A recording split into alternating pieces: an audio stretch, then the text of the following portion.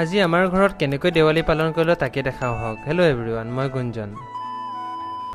Happy Diwali সকলোকে। আজি পিছে দেৱালীৰ দিন, লগতে আমি ভাবিছোঁ যে ইয়াতে কলগছ এজোপা পুতিম, মানে ধুনীয়াকৈ কলগছ এজোপা পুতি দিম। তাৰপিছত আজি দেৱালীটো তেনেকৈ পালন কৰিম। আৰু কথামতেই কাম ভাবি নাথাকিলোঁ, খন্তিখন লৈ মেলি গৈ লৈ ৰাস্তাৰ কাষতে অলপ গাঁত এটা খান্দিলোঁ, মানে পদূলিৰ মূৰত। দেউতাই মই মিলি লৈ যেন তেনে কলগছ এজোপা আনিলোঁ, দাঙি লৈ, মানে অকলে মই ডঙাৰ ইমান সাধ্য নাই, আপোনালোকে গম পাইছে। তাৰপিছত আনি লৈ মেলি ধুনীয়াকৈ পুতি লৈ ধুনীয়াকৈ বাঁহ এডাল কাটিছোঁ, কাটি লৈ দুইফালৰ পৰা তেনেকৈ টঙনিয়ে মাৰি দিছোঁ, মানে ইয়াৰ পৰা চাকি ধুনীয়াকৈ সজাই দিম বাৰু সন্ধিয়া সময়ত।